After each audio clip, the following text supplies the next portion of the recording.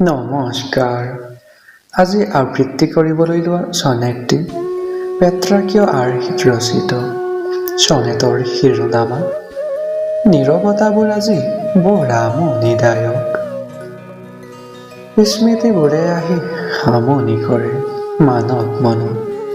অতীতক এৰি সময়েও যে পোখা মেলে, দিন ৰাত অহৰ্নিশে পল অনুপলে।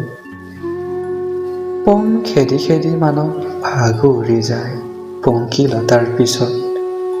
ভাগ্যক দিয়াই জীৱনেও যে বাট ভুলে প্ৰতি ক্ষণে। ভাগদৌৰত আকৌ কাঁইতে বিন্ধে যাব ওলোৱা পথত।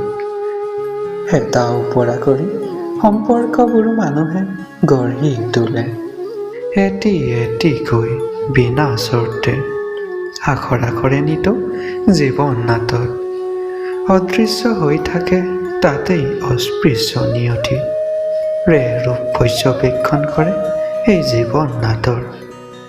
যৱনিকা পেলাই দিয়ে অজ্ঞাতেই মানৱক দি চিৰ মুক্তি। মৌনতাৰ গুঞ্জনত অনাকাংক্ষিত স্মৃতিবোৰৰো তেতিয়া হয় পৰিসমাপ্তি। বিষময় বাস্তৱতো গুঞ্জৰিত এই নিৰ্জনতাবোৰ আজি।